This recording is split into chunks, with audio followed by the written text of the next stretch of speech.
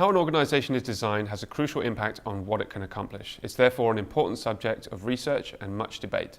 INSEAD's resident expert in organisation design is Panish Puranam.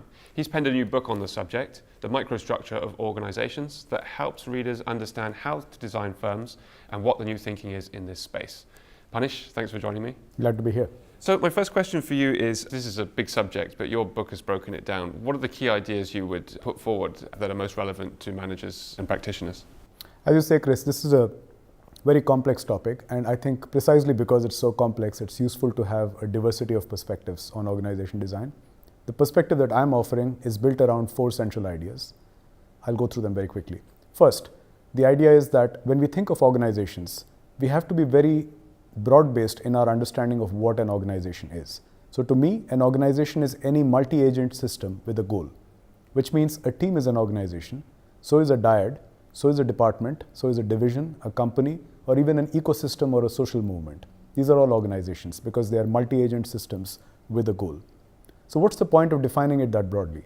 The advantage is once you start thinking about organizations in this very universal way, one comes to realize that every organization, regardless of its scale or size or context, has to solve a few basic fundamental problems.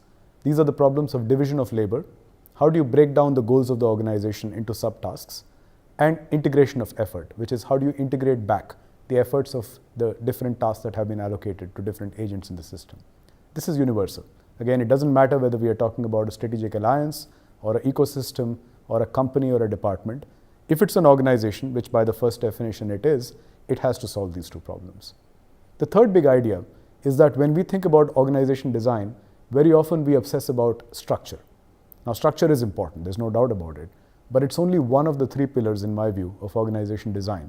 The other 2 are sorting, which is the choice about who enters the organization and of course who exits, and decisions around sense making, by which I mean how the members within the organization through mutual interaction form a shared view of their world.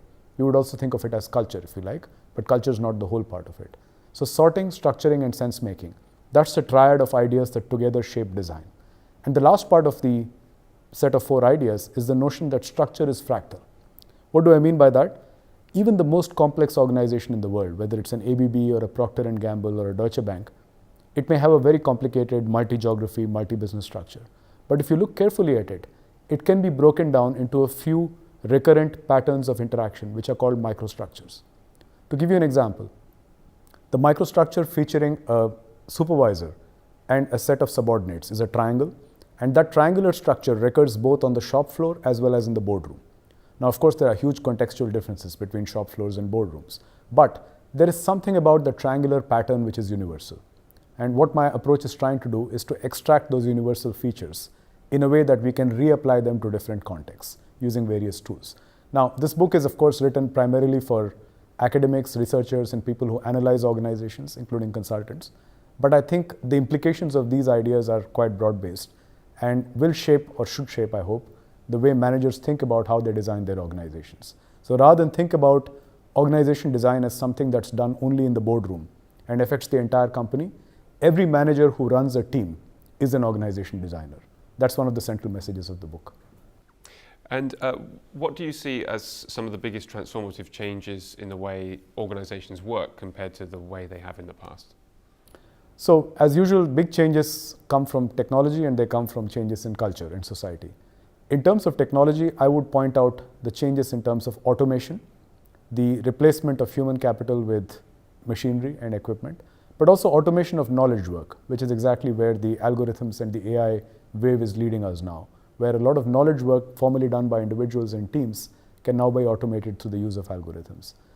Clearly, these have big impact on how many employees you need to hire and also how many managers you need to coordinate them. And these 2, of course, together shape the nature of hierarchies. So you may not need as many multi-layered hierarchies if you can do the same output with fewer people and if you can coordinate the same number of people with fewer managers.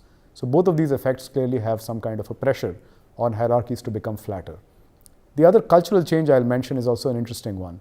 On the one hand, there's a lot of discussion about millennials and how they're very different from their preceding generations in their work expectations. I'm not sure we have very strong evidence about this, but it's suggestive that there are big differences. To me, a much more interesting and subtle point is the fact that as gender balance is restored or at least attained, and we see equal numbers of men and women in the workforce, it must be true that the structures we designed in settings where most of the workforce was men will no longer be applicable, or at least less applicable. So some of the changes we should be seeing in organization, I think, will be at the intersection of these two big trends. I wanted to ask you specifically about in terms of how you see that affecting the way organizations are designed. In some sense, it's quite fascinating because I've always held that organization, the process of organizing things, is humanity's oldest technology. This is what we first learned how to do as a species, and it acts as a platform technology, if you will, for everything else we've accomplished. Algorithms that we can control and we can compute are probably our newest technology. And interestingly, I think these two are now coming together and interacting with each other in very interesting ways. I see at least three broad ways in which algorithms and organizations come together. First, it's forcing many of us who study organizations for a living to confront the fact that in many ways an organization is an algorithm. It is a set of steps that produces an output, whether it's a product or a service or profit, however abstractly you want to define it. So it's forcing a lot of us to think about what would we design our organizations to look like if we realize that at heart they were really algorithms. And sometimes we can replace the algorithm based on people with one based on technology. In some sense, this is exactly what companies like Uber have done. So they have recreated an organization without the human component, but with an algorithmic component. How widespread this will be, what the implications are for labor markets, for equality, these are big questions, but certainly important ones. We have to address this. A second way in which algorithms and organizations interact is the idea of using algorithms as tools. I think we can do a far better job today of designing organizations than we could have done 15 years ago. In part, it's because we have algorithms to work with data, HR data, performance evaluation data, data on teams, data on social networks. Today, we have the algorithms to analyze this in a very sophisticated way. We didn't have them a decade ago. So algorithms as tools are equally important.